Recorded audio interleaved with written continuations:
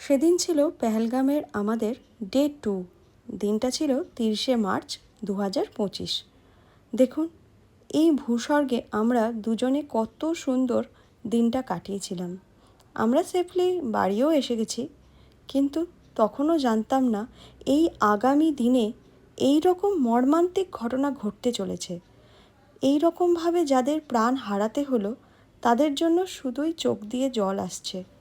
এখন বর্তমান সময়ে আমাদের সবার মনে একটাই কথা ঘুরছে, পেহেলগামের মর্মান্তিক ঘটনাটা।